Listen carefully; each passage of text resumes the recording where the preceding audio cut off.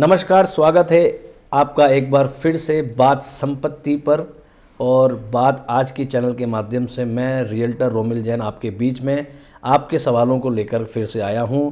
हमारे बीच में हैं श्री रमेश जी टहलानी। एक बार फिर से ये है हमारा एपिसोड 3 और लगभग 15-20 सवाल आए हैं। उसमें से कुछ छाटम छाटी करके मैंने 7-8 सवाल निकाले हैं जो कि सबके लिए फ़ायदेमंद रहेंगे सर। तो सवाल ये है कि सर प्रॉपर्टी सब खरीदना चाहते हैं लेकिन बजट है उनका कम, और उसमें से एक सवाल किया है रामगंज से राकेश शर्मा जी ने कि कम बजट में हम प्रॉपर्टी लेना चाहते हैं लेकिन अच्छी प्रॉपर्टी, तो वो कैसे ढूंढें, कैसे तलाशें। मेरे 15 साल के कैरियर में मुझे आज तक एक भी ऐसा व्यक्ति नहीं मिला जिसको उसके बजट में प्रॉपर्टी मिली हो। ये बात घर और शादी ऐसी जगह है जहाँ पे जितना प्लान करते हैं, बजट करते हैं, उसको एक्सीड करता ही करता है। ये एक्चुअली होता है इसलिए भी है कि एक व्यक्ति जब घर का प्लान करता है तो सोचता है घर कितने का मिलता है, देखता है हाँ भैया ये घर 50 लाख का मिल रहा है, तो जैसे 50 लाख का इंतजाम करते हैं वो 60 लाख का हो जाता है। 60 लाख 70 तो कभी मिलेगा नहीं। बस आपको ये देखना चाहिए कि सस्ता या महंगा नहीं है, फेयर है कि नहीं है। अच्छा, फेयर वैल्यूशन होनी चाहिए। रही बात, अगर आप 50 लाख का घर ढूंढेंगे तो आपको 40 के ऑप्शन में मिलेंगे, 60 के ऑप्शन में मिलेंगे जी। घर 20 में मिल जाए, 30 में मिल जाते हैं। घर नहीं मिलता, फ्लैट मिल जाता है जी। बड़ा छोटा सब जगह मिल जाता है। तो वो यहाँ तो आपको अपनी इच्छा है, कॉम्प्रोमाइज़ करना पड़ेगा या आपको बजट बढ़ाना पड़ेगा। और रही भाई सही बजट में, कम बजट में, तो हर किसी का बजट अलग होता है। किसी का बजट 10 लाख भी नहीं होता है, किसी का 10 करोड़ भी होता है। तो अच्छा बुरा, छोटा बड़ा, कम ज़्यादा, इसके कोई क्राइटेरिया हर व्यक्ति का अलग अलग हो सकता है। तो इसके लिए पर्टिकुलर जवाब दे पाना बड़ा मुश्किल है। हाँ, अगर कोई व्यक्तिगत रूप से आके मिले, डिस्कस करे कि उनका बजट क्या है, वो किस तरह की प्रॉपर्टी चाह रहे, तो हम उसको पर्सनल लेवल पे एक कंसल्टिंग दे सकते हैं। पर जेनेरिक रूप से इस सवाल का जवाब देना बहुत मुश्किल है और ऑलमोस्ट इम्पॉसिबल है। कहने का मतलब है कि अच्छी प्रॉपर्टी है तो वो आपके बजट से बाहर ही होगी, और अगर आप ढूंढ रहे हैं तो आपको पता भी चल रहा होगा, और जो प्रॉपर्टी आपको शायद पसंद आ रही होगी वो अच्छी सस्ती नहीं होती, सस्ती अच्छी नहीं होती, सस्ती अच्छी नहीं होती। तो सर जैसे होता क्या है, सस्ती के चक्कर में कई लोग ऐसी प्रॉपर्टी परचेज़ कर लेते हैं जिसमें वो कानूनी दस्तावेजों में फंस जाते हैं। तो यहाँ सवाल ये है धौलाबाटा से सुरेश जी का कि प्रॉपर्टी खरीदने से पहले किन कानूनी दस्तावेजों की जांच करना ज़रूरी है। ये अहम सवाल भी है, अच्छा सवाल है। कई लोग कानूनी दस्तावेज फंस जाते हैं। कोई भी डील करने से पहले सबसे पहले बात ये देखिए कि अगर वो जिस अथॉरिटी में आता है, नगर निगम, हाउसिंग बोर्ड या IDA के, उसके पूरे पेपर है कि नहीं है। ओरिजिनल पेपर जांचें और किसी एक्सपर्ट को दिखाएं। कोई एक्सपर्ट रियल एस्टेट एजेंट हो या कोई वकील हो, उसको दिखाएं। क्योंकि कई बार आप पता नहीं लगा सकते ये पेपर ओरिजिनल है या कलर फोटोकॉपी है। ओके, बड़ा मुश्किल होता है। दूसरा, प्रॉपर सही है, कोई पेपर बीच में चेन गायब तो नहीं है, खोया तो नहीं है उसमें। जैसे पहले प्रॉपर्टी कई ऐसी होती है जो ADA में आती थी, अब नगर निगम में हो गई, नगर परिषद से भी नगर निगम हो गया, हाउसिंग बोर्ड से भी नगर निगम हो गया। तो अथॉरिटी चेंज हुई है, उसका प्रॉपर ट्रांसफ़र हुआ है नहीं हुआ, उसके पेपर बने हैं नहीं बने। सबसे इंपॉर्टेंट चीज़ है, अगर आप रिस्क फ्री रहना चाहते हैं तो हमेशा अप्रूव्ड प्रॉपर्टी लें। अप्रूव्ड लोनेबल, अप्रूव्ड लें, लोनेबल लें। अप्रूव्ड हो तो लोनेबल होगी होगी जी, उसमें सबसे कम रहता है। और जाके अथॉरिटी चेक कराए। अगर कोई आपको पेपर दिखाता है फॉर एग्जांपल कि मेरे नाम पे ADA में म्यूटेशन है या पट्टा है, तो एक बार ADA से जरूर चेक करें। अच्छा, कहीं ऐसा नहीं पट्टा फर्जी बन गया, मतलब क्रॉस चेक ADA में जाके। होता क्या है, पट्टे के जो डॉक्यूमेंट होते हैं 100-200 मिलते हैं, कोई बना लो, फर्जी सील भी बन जाती है, कलर प्रिंट भी निकल जाते हैं। अब कोई आके कहता है कि ये प्रॉपर्टी मेरी है, वो पेपर दिखाता है, पर वही पेपर जिस व्यक्ति से आप खरीद रहे हो वही उसी के नाम पेपर होने चाहिए और उसी का गवर्नमेंट रिकॉर्ड में नाम दर्ज होगा, तो एक सेफ्टी बढ़ जाती है। अगर आप मान लीजिए रमेश के नाम से पेपर है जी, बात सुरेश कर रहा है और रिकॉर्ड में राजेश का नाम है, तो ये बड़ा रिस्की हो सकता है। तो कहने का मतलब है गवर्नमेंट अथॉरिटी चेक करें, गवर्नमेंट अथॉरिटी से चेक करें, पूरी चेन मिलाएं और किसी एक्सपर्ट को साथ रखें अगर आपको नहीं आता है तो। अगर आप जानते हैं तो बहुत अच्छी बात है। और सर इसी से सवाल एक जुड़ जाता है कि निवेश करते समय सबसे बड़ी गलती क्या हो जाती है किसी भी व्यक्ति से रियल एस्टेट में ज़्यादा हमें दिक्कत आती है। आमतौर पर मैंने गलती देखा है कि लोग प्राइस से जज करते हैं, उन्हें लगता है सस्ता होगा तो अच्छा होगा। अच्छा, जबकि मेरा मानना है कि अगर अच्छा होगा तो सस्ता नहीं होगा। अच्छा होगा तो सस्ता नहीं होगा, बिल्कुल जिस सही बात है। प्रॉपर्टी के जितने अच्छी होगी, जितने बढ़ने के चांसेस होंगे, वो उतनी ही महंगी होगी। बिल्कुल सही। अब क्या आप कंपेयर तो नहीं कर सकते ना, मैं अगर आदर्श नगर का वैशाली नगर से कंपेयर नहीं कर सकता, वैशाली का पंचशील से नहीं कर सकता, पंचशील का जनाना से नहीं कर सकता, नहीं हो सकता। तो हर जगह अलग है। अब उस एरिया में अगर कोई किसी प्रॉपर्टी रेट कम आ रही है तो ये पता लगा रेट कम क्यों है। अच्छा, कई फ्रॉड लोग क्या करते हैं, स्कैम करने के लिए मजबूरी का बहाना बता दे कि मेरे को अर्जेंट पैसे की ज़रूरत है, मुझे बहुत मुसीबत फंसा हुआ हूँ, मेरे घर में कोई बीमार है या बच्चे की फ़ीस भरनी है, इसलिए मैं ये 50 लाख की चीज़ मैं आपको 50 लाख में दे रहा हूँ, बहुत अर्जेंट है, मेरा टाइम नहीं, दिखाना मत।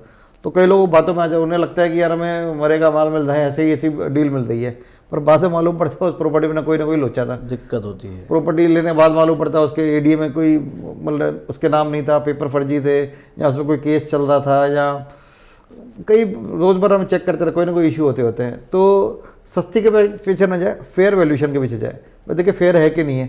उसके लिए आप ऐसे लोगों से डिस्कस करें जिनको वैल्यूशन निकालना आती है। ओके। कई रियल एस्टेट एक्सपर्ट होते हैं, जो हमारी टीम होती है, हम वैल्यूशन निकालते हैं, और कई आर्किटेक्ट भी होते हैं जो वैल्यूशन निकालते हैं, वो आपको बता सके प्रॉपर वैल्यूशन क्या है। तो इसे रेट के आधार पर तय ना करें।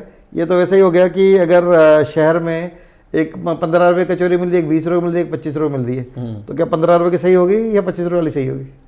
जाहिर सी बात है 25 वाली पे भीड़ रहती है। लेकिन कई जगह तो मॉल में एयरपोर्ट 50 वही कुछ 100 रुपये की मिलती है, जरूरी नहीं, और लोकेशन का भी पैसा होता है। Yes yes yes. कई बार लोकेशन शोरूम बड़ा महंगा है तो उसकी जगह लोकेशन, तो मैं ये सारी चीज़ देखना, प्राइस क्या है, मतलब आपका कहने का मतलब है कि जल्दबाजी ना करें, प्रॉपर्टी खरीद रहे हैं और ऐसी कोई डील मिलती है, किसी एक्सपर्ट वैल्यूअर से सलाह लें। एक्सपर्ट वैल्यू, तो अगर आपको ऐसी कोई डील मिलती है तो आस पड़ोस से पूछें, करें, थोड़ी तफ्तीश कर लीजिए। और इवन सेम लोकेशन पे मैं आपको 10 से 20% का डिफरेंस, इवन 50% तक का डिफरेंस मैंने देखा है।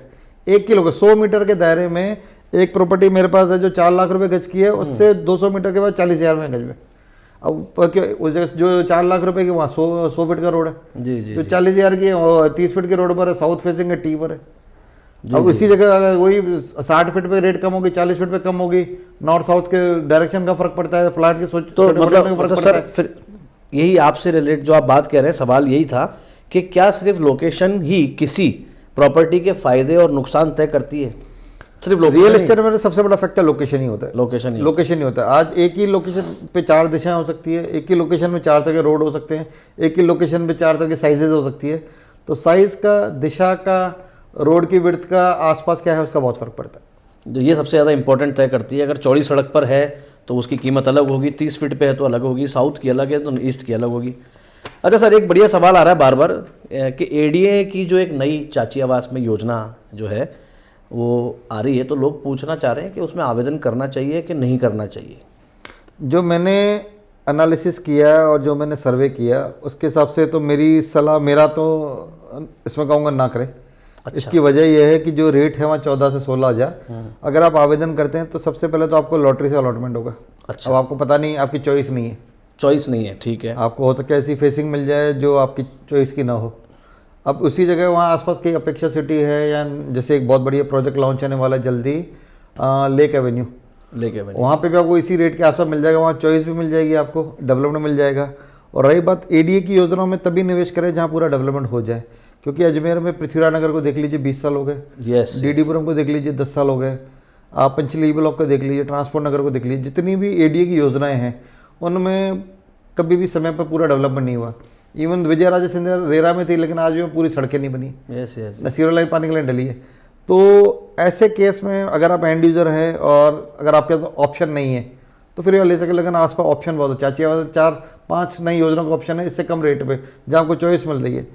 तो हाँ, अगर ऐसी जगह जहाँ ऑप्शन नहीं हो तो करना चाहिए। बाकी मेरी रिकमेंडेशन है नो।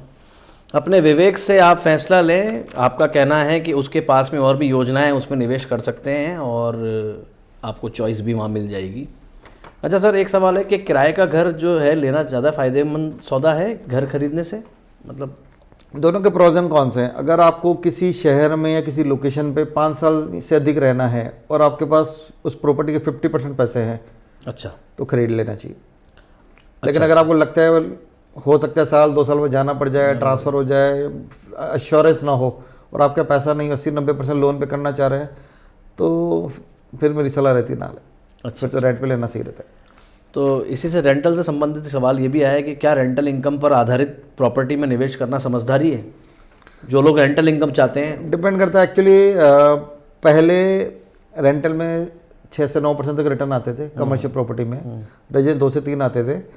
तो आजकल उतने रिटर्न आ नहीं रहे, बट फिर भी कई ऐसी प्रॉपर्टी है जहाँ रेंटल इनकम भी आ रही है और प्रॉपर्टी अप्रिशिएट भी हो रही है, रेट बढ़ भी रही है। जी। तो बढ़िया है। आज अगर कहीं प्रॉपर्टी में मुझे 15% एनुअल अप्रिसिएशन मिल रहा है, रेट बढ़ रही है, और साथ में 5 से 6% रेंटल आ रहा है, तो बहुत बढ़िया। लेकिन अगर ऐसी प्रॉपर्टी जहाँ रेट, जैसे मॉल में कई बार ऐसा होता है, मॉल में रेंटल तो अच्छा आता है लेकिन वहाँ अप्रिसिएशन ज़्यादा नहीं होता, अजमेर छोटे शहरों में। कई जगह ऐसे हैं जिन्होंने गुड़गांव में आज से 5 साल पहले लिया और आज वहाँ रेट 5 गुना भी हो गई मॉल में और रेंट भी अच्छा रहा। तो ये कई बार लॉटरी लगती है जैसा होता है। और रही बात प्योर रेंटल इनकम के लिए, तभी करें अगर कमर्शियल प्रॉपर्टी हो, स्टैंड अलोन प्रॉपर्टी हो, स्टैंड अलोन हो, हाई स्ट्रीट पे हो, तो ले सकते हैं। शुरू में रेंट कम आएगा लेकिन धीरे धीरे रेंट भी बढ़ता जाएगा और आपकी प्रॉपर्टी वैल्यूएशन भी बढ़ती जाएगी। प्रॉपर्टी वैल्यूएशन भी बढ़ेगी। रेजिडेंशियल रेंटल में ज़्यादा फायदा नहीं होता है। ऑफकोर्स कई लोग सोचते हैं भाई जो कैपिटल गेन टैक्स है तो कैपिटल गेन टैक्स भी बच जाएगा, होम लोन का ले लेंगे तो वही बच जाएगा, रेंटल भी आएगा। तो ये सब मिला के किसी घर में लेंगे तो अगर स्टैंड अलोन घर है जहाँ लोकेशन अच्छी है, रेट बढ़ रही है, तब तो बढ़िया है। लेकिन फ्लैट में क्या होगा, रेंटल तो अच्छा आता है लेकिन अप्रिशिएशन नहीं होता है। तो ये डिपेंड करता है प्रॉपर्टी। तो रेंटल इनकम से योजना बना रहे हैं तो पहला ऑप्शन तो ये है कि कमर्शियल में जाएं, स्टैंड अलोन प्रॉपर्टी लें और हाई स्ट्रीट पे लें अगर आपकी पॉकेट में वो आती है तो। अच्छा सर, अब टैक्स की बात भी कर लेते हैं। रियल एस्टेट में लोग इन्वेस्ट करते हैं तो उनको प्रॉफिट मिलता है, तो सवाल आया एक अच्छा सा कि प्रॉफिट करके भी टैक्स कैसे बचाया जा सकता है, क्या ये पॉसिबल है? हाँ, बचा सकते हैं। जब कोई प्रॉपर्टी आप खरीद के बेचते हैं जी, अगर 2 साल के अंदर बेचते हैं तो शॉर्ट टर्म कैपिटल गेन लगता है, और 2 साल के बाद बेचते हैं long term capital gain tax लगता है। शॉर्ट टर्म कैपिटल गेन और लॉन्ग टर्म कैपिटल गेन। तो जो शॉर्ट टर्म कैपिटल गेन होता है, जो प्रॉफिट होता है, वो तो आपकी इनकम में जोड़ता है, उस पर टैक्स देना ही पड़ता है, वो बचा नहीं सकते जी। लॉन्ग टर्म कैपिटल गेन को अगर जुलाई 2024 से पहले की प्रॉपर्टी ली हुई है, उसको री इन्वेस्ट करते हैं रेजिडेंशियल बिल्टअप प्रॉपर्टी में, तो आपका कैपिटल गेन टैक्स बच जाता है। और वैसे भी नए जो कानून आए हैं उसमें 12.5% ही टैक्स है। तो अगर आप री इन्वेस्ट नहीं भी करना चाहें तो भी 12.5% टैक्स देके आप पैसे फ्री कर सकते हैं, कहीं और इस्तेमाल कर सकते हैं। अच्छा, तो टैक्स बचाने का तरीका है, अगर आपको गेन आता है तो आप वापस री इन्वेस्ट कर दीजिए, और नहीं करना चाहते हैं कोई प्रॉपर्टी में तो 12.5% टैक्स लेकर के आप उससे फ्री हो सकते हैं। सर, क्या फ्लैट से ज़्यादा प्लॉट में निवेश करना बेहतर है और क्यों? ये सवाल बार बार आता रहता है। शायद मुझे लगता है बड़ी सिटी वाले ही। अगर आपका उद्देश्य केवल प्रॉपर्टी की रेट बढ़ना ही है तो वो ऐसी जगह बढ़ेगी जहाँ डिमांड ज़्यादा, सप्लाई कम हो। अगर फ्लैट मुंबई में लोगे, हैदराबाद में लोगे प्राइम लोकेशन पे, तो उसकी रेट अजमेर के किसी बाहर के प्लॉट से ज़्यादा बढ़ेगी। हाँ जी। और अजमेर में कोई प्लॉट लोगे और अजमेर में फ्लैट लेंगे तो ऑफकोर्स अजमेर में पिछले 10 साल में देखा है प्लॉट की रेट ज़्यादा बढ़ती है। देखिए, रेट बढ़ती है हमेशा ज़मीन की, कंस्ट्रक्शन डेप्रिशिएट होता है जी। तो जहाँ ज़मीन की रेट ज़्यादा है, जैसे आज अगर अजमेर में बात करें, अगर एवरेज जहाँ 50,000 रुपये ज़मीन की रेट है, अगर उसमें 10 मंजिल बन जाती है तो वो लैंड को डिवाइड हो जाती है, तो वहाँ पे जो अप्रिसिएशन होगा उसको उतना ही शेयर मिलेगा। मान लीजिए 10 मंजिल बनी तो आपका हिस्सा 10% है जी, तो आपको जो अप्रिसिएशन उसका 10% ही तो मिलेगा। अगर मार्केट में 20% रेट बढ़ी है तो आपको 2% ही मिलेगा। अब यही बात अगर बॉम्बे में जाते हो, वहाँ ज़मीन को लाखों में जी, वहाँ घर मतलब फ्लैट होता है तो वहाँ रेट बढ़ती है जी, यहाँ नहीं बढ़ती है। तो जहाँ पे ज़मीन की रेट कंस्ट्रक्शन से ज़्यादा है तो वहाँ तो फ्लैट की रेट बढ़ेगी। जहाँ ज़मीन की रेट कंस्ट्रक्शन से कम है वहाँ फ्लैट की रेट नहीं बढ़ेगी। अगर आप दोनों में से एक चुनना हो तो ऑफकोर्स ज़मीन में चुने, लेकिन ज़मीन में कई बार क्या होता है, लोन की कई दिक्कतें आती है और टैक्स बेनिफिट नहीं मिलता है, तो लोग फ्लैट में जाते हैं कि फ्लैट में फ़ायदा ये, एक तो 80-90% तक लोन मिल जाता है, रेंटल इनकम भी मिल जाती है और इनकम टैक्स बेनिफिट मिल जाता है। इन तीनों को जोड़े तो हो सकता है कई बार प्लॉट के अप्रिसिएशन बराबर आ जाए, पर अधिकतर 80-90% टाइम में ज़मीन की रेट ज़्यादा बढ़ती है क्योंकि इसकी डिमांड ज़्यादा, सप्लाई कम है। Thank you sir. अब एक आखिरी सवाल, ये आंचल ने पूछा है कि मेरी उम्र 21 साल है, मैं आईटी में जॉब करता हूँ और मेरे को 1 लाख रुपया महीना इनकम होती है और मैं स्टॉक मार्केट में निवेश नहीं करना चाहता हूँ क्योंकि उसमें बहुत ज़्यादा फ्लक्चुएशंस हैं। तो मैं अगले 20 साल की किस तरह से योजना बनाऊं कि मैं रियल एस्टेट में निवेश भी करूं और मैं वहां से रिटायरमेंट भी ले सकूं? आप किसी भी शहर में जहां आप रहते हैं उस शहर के बॉर्डर के पास किसी approved develop organise residential colony में प्लॉट लीजिए 100 से 200 गज का। ओके। जो मेरे ख्याल से 25 से 50 लाख का मिल जाएगा और वहाँ 50 से 75% तक का लोन मिल जाएगा जी। उस लोन को आप EMI जैसे लोग शिफ्ट करते हैं म्यूचुअल फंड स्टॉक मार्केट में, वैसे करके देते रहिए और मीनवाइल जब तक आपका लोन खत्म होगा तब तक मैं मान के चलता हूँ प्रॉपर्टी वैल्यू हो सकता है 3 गुना 4 गुना हो जाएगी। Very nice. तो मतलब वो करोड़ों में टच कर जाएंगे। दूर बॉर्डर पे लीजिए, इन्वेस्ट करिए और रेजिडेंशियल एरिया हो, residential approved, area, organise, develop.